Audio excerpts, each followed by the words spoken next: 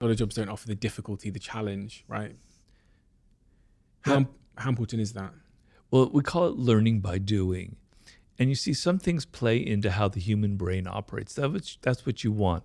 I give the image in the introduction to mastery, that pardon the alliteration here, but the brain has a grain to it. You want to work with that grain. You don't want to work against the grain because it's counterproductive. And one of the grains of the brain, is learning by doing. When, flashback 300,000 years ago, and we're sitting there, we're making tools out of bones, out of wood, etc. The way the skill was passed on to other people and didn't die with one generation was you watched this person making the tool, and then you watched them and you learned and you imitated them. Flash forward to the medieval period in Europe, where they had apprenticeship schools. 7 years, you're learning masonry, you're learning carpentry, you're learning whatever.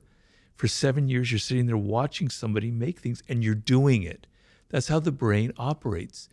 You learn by doing, not by thinking, oh, this is how things are fitted in mortar, with mortars, et cetera, et cetera. No, I'm doing it with my hands. The brain and the hand have the most connection of any part of our body, because so much of our power as a species depended on our hands. We don't have much of that anymore, but learning by doing things with your hands or making things is how the brain is wired. So you want to go with that grain. So you want to do things, you want to make things, you want to be learning through action, not through just a lot of talk and,